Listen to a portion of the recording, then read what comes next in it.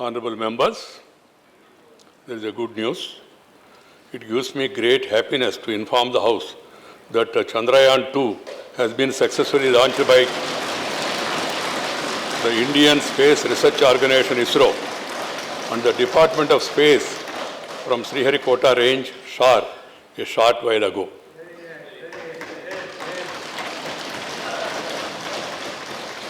I extend heartiest congratulations to all our countrymen and scientists and personnel of ISRO and Department of Space on behalf of the entire House and also on my own behalf on this momentous achievement. Chandrayaan-2 has been launched aboard the first operational flight of the indigenously developed and manufactured GSLV Mk3. This is the most powerful Indian rocket to date.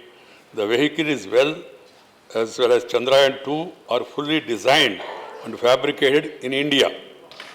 Therefore, our scientists deserve special compliments. Their achievement has enhanced the country's pride and confidence. This development represents a golden chapter in the history of not only the development of science and technology in India, but also of the country itself. Successful landing of Chandrayaan-2 on the moon in a few weeks from now will make India the fourth country to do so.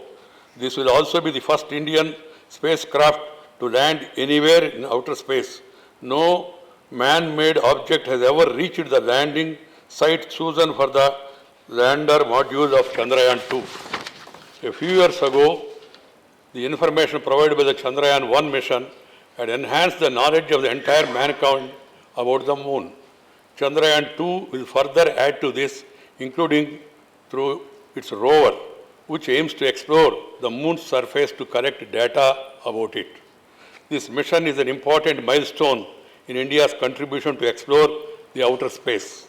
I am sure that I reflect the sentiments of all the honorable members of this House in wishing this mission all success. I would also like to mention here that the forthcoming 12th August will mark 100 years of the birth of the pioneer space science in India, Dr. Vikram Sarabhai. Chandrayaan-2 mission is a happy coincidence at this historical moment. It is also a tribute from the entire nation to Dr. Sarabhai and those numerous space scientists who have followed his footsteps. The encouragement and support extended by the government, led by the concerned Minister, Prime Minister of India, has been crucial for the success of this mission, for which they also deserve to be complimented. On behalf of the House and the nation, I once again extend heartiest congratulations to all the scientists and personnel behind the success of today's launch of Chandrayaan-2 and also convey our good wishes for successful culmination of this mission.